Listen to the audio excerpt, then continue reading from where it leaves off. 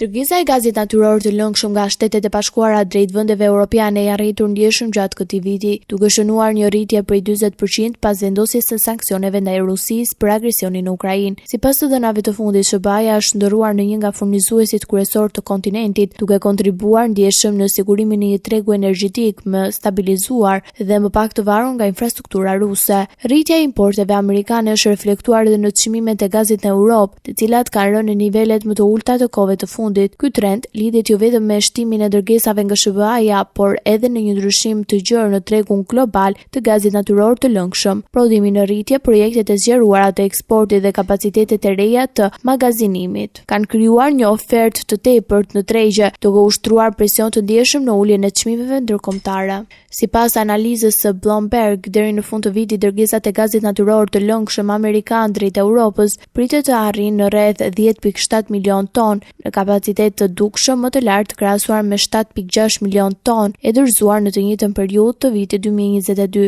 Ekspertët e industrisë vlerësojnë se ky zgjerim i ofertës kërkojnë që vendet europiane të investojnë më shumë në infrastrukturën e depozitimit dhe të transportit dhe të gazit për të përballuar kërkesën sezonale dhe luhatjen e çmimeve. Në planin afatgjat pritet që prurjet e mëdha amerikane të nxisin një riorientim strategjik të tregut energjetik global, duke i shtyrë shtetet të diversifikojnë burimet, të rrisin pavarësinë energjetike dhe të reduktojnë varësinë nga furnizues të vetëm.